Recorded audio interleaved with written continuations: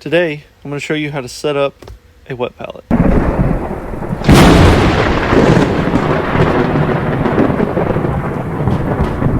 Hey guys, Tom here, and this is Not So Average Builder.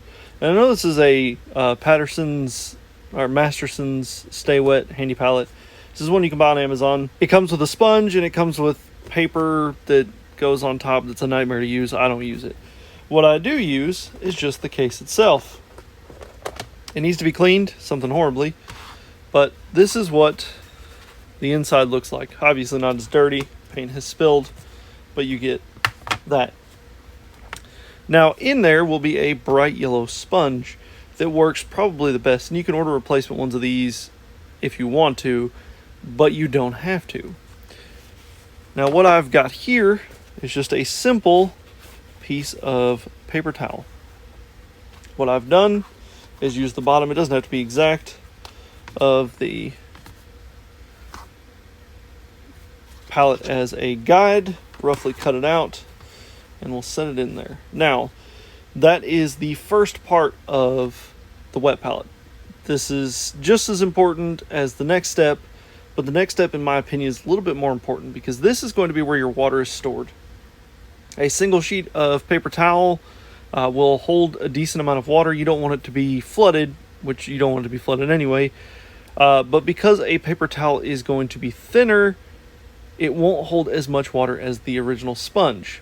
That actually works into my favor because being able to go in, paint for a little bit, and then I'm always busy doing something else around the house. And I'm sure you all are too. So it makes it a little difficult to keep up with a wet pallet. But that's where cheap ingredients come in handy. Now this is just run-of-the-mill paper towel, nothing special about it, no extra added stuff. The next portion that you will need, and I got this from my local grocery store. It was like $3 for 30 square foot, which will last me a long time. You will need parchment paper.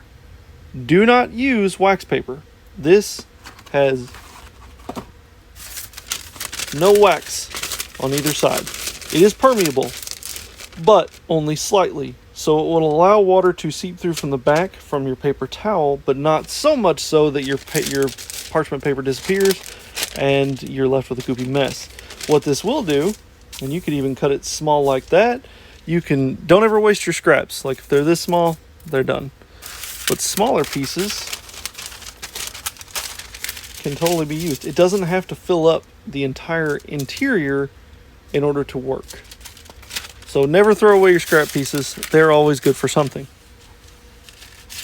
Now, the way this works, you're going to need some water. Now this is not what it is. I've tried to take the label off. It doesn't want to come off. But this is my reused bottle of what was airbrush cleaner. And I've turned it into my water bottle. So what you want to do, move this out of the way. And I've seen multiple ways to set up a wet pallet, and I've used both and I will show you what I'm talking about when it comes to both. And it seems that depending on the type of paint you're going to be using as far as acrylic goes, and the only way you're going to find this out is by using those paints on a wet pallet, is to just kind of work with it. Now, one thing I want to talk about, do you need a solid base for this? Absolutely not. My original wet pallet was a Tupperware container that had a flat bottom on it, and I did the same principle, used paper towels and then put the parchment paper over top of it, and it worked just fine. The problem that I found, and most of the containers aren't airtight, but this is designed to be airtight. So when you push it down, it's airtight. Nothing's coming out of it. I'm sure water could potentially, but for the most part, nothing's coming out. So no air's getting in to dry it out. It's keeping it a moist environment. That plays into two factors. Now I'm going to show you how to set this up. You're just going to take your water, put your paper towel in here. You can do 2 or 3 layers of paper towel. The more paper towel you put, the longer it will stay wet. So what you're going to do, and I would suggest doing this over a sink, but since we don't have a sink here, we're going to have to work with what we do. We'll just take your water. You don't want to do too much at one time. You want to flatten this out as much as possible. This will help you out in the long run, because any pleats or creases in the base are going to show up in your parchment paper. It's very simple. Just kind of smooth it out. It doesn't have to be absolutely perfect. As long as you've got something in the middle that you can see through, you're fine. So no water's leaking out. And this probably would do a lot better with multiple sheets of paper towel, but with as little time as I am able to spend at the bench doing hand painting, as much as I would love to, it makes things a little difficult. So single sheet of paper towel works best. Then you're going to take, and this is where I'm going to go over part number 1. So automatically it wants to curl up. So what you can do to prevent that is to lay it down on the curl down or the curl up edge. And I don't know if I'll use this. Smooth it out. You want to let it sit for a few seconds. What you'll notice, you can see it happening here, is you'll have edges curl up. Well, once they start to curl and you get them managed, pick that up, flip it over, and now you have a workable area. The second way would be to just lay the paper down, spread your edges out, even the ones that are curling up, and hold them in place. What this way is going to do is it's going to allow you to have more water on the surface of the paper. It will evaporate kind of quick, but it will be on the surface of the parchment paper. So when you lay your drop of paint, it will allow it to do what you need it to do relatively quickly. On the other way, it will still permeate through, but it will take a lot longer. So these AK paints, because they're thicker, you could get away with doing this side. But now if you run into something like any of the Vallejo Mecha paints, which are already pre-thinned, you put this on this, and within 10 minutes, it's going to be a spilled out mess. So you want to have it the other way. So I typically, because thick paints will work either way, but thin paints will only work with the second method that I showed. I typically do the second method all the time, so that way it still gives the thick paints. I can manipulate them by adding a couple of drops of water onto my wet palette, or I can not and just kind of mess around with it. But you can use thinner paints and thicker paints and not have any issues. So you see this is a thicker paint, so there's water all over the palette. And because there's water all over the palette, I can now make a thin down version that quick. There was no sped up, it was just that simple. You can make your thin down, and if you needed to thin it down more, take some extra water over here, and now you've created a wash. All of this happens within a blink of an eye, and it's very simple to do.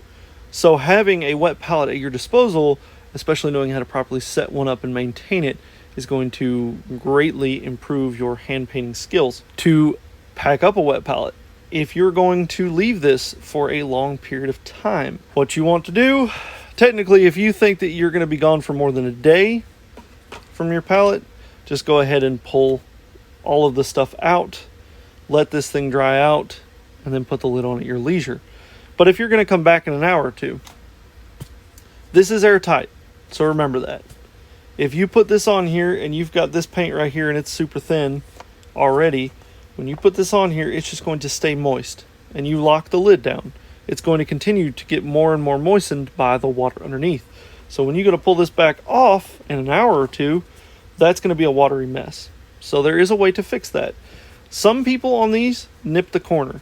So they'll take their heavy duty sprue cutters, they'll just nip the corner off. I'm not going to do that because there's another simple way that you can also do this.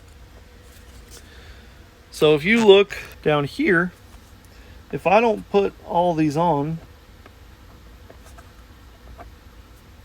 you see there's a gap. No gap here, but there's a gap. What this is going to do is allow some air to come in and keep the paint on top of your paper still somewhat workable, but not overworkable. I know you're thinking, Tom, like what's the point? You have a wet palette, you want to keep your paint wet. Well, there's a fine line that you want to keep on the edge of, because if you have your paint too wet, you'll see there almost a different color because your pigment in that is almost gone. You've dispersed it so much that it's now almost a completely different color. Where with your thin down paint, it maintains the same opacity and same color, but it's smooth. It goes on smooth on the surface, so you don't have to worry about issues. No gloppy messes, no brush strokes, no none of that. So without your wet palette, you can do it. You can use a dry palette, but a wet palette just saves you a whole lot of time, and you can come back to it, and you have a longer working time because that's got water or moisture behind it. So if your paint starts to dry, you just take your paintbrush and go through it, and you're set. Now, as far as cleaning this up goes, I'm going to take this piece out just because you just fold up your paper and toss it. And now, if this will dry out, and it will be a usable piece of paper, and you can use this a couple of times before you have to throw it away, but I do recommend throwing them away on the regular. Now when it comes to this, you see how the paper's folding up. You can either start on this side or start on this side. I typically like to start with the edges that are trying to curl down.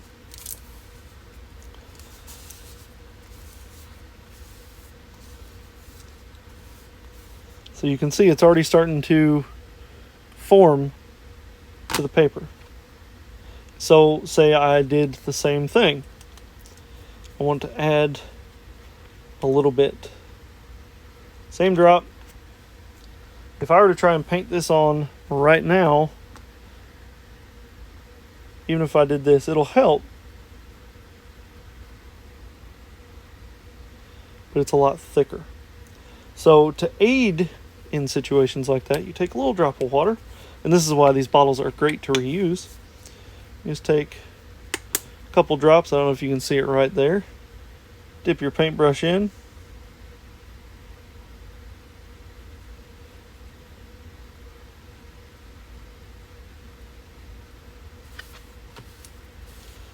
See, and then you get situations like this where it wants to ride up on you.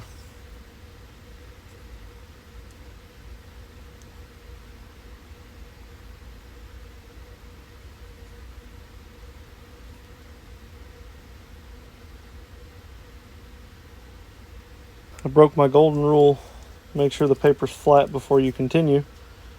Otherwise, you run into situations like what I'm running into right now, where you have all these little hills and valleys in your parchment paper, and they will create little raised areas for when you go to put paint down or spread paint out to thin it.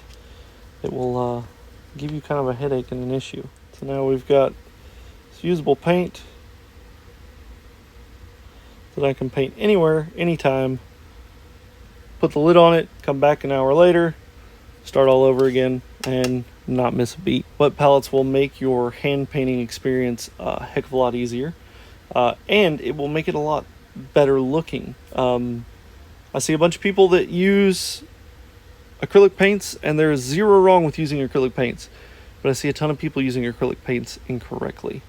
You cannot, unless, and even this stuff, which is already technically pre-thinned, if you were to just put this on a piece of glass or a piece of metal or something and then start painting it, you're going to end up getting globs of paint and brush strokes. But if you use a wet palette and you thin your paint out, you'll put it on there. Yes, you may have to do it in a couple of coats, but when you're finished, the surface will be so much smoother, it will look so much better, and you will just enjoy the overall process. So that is the basics on how to set up a wet palette. And again, you don't need to buy a wet palette. Having this case does make it a lot easier, especially since the lid can be airtight if I needed it to.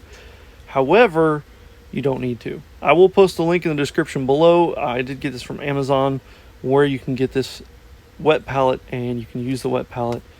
But yeah, that's it. If you guys have any questions, drop a comment down below. Otherwise, have a wonderful day. Bye.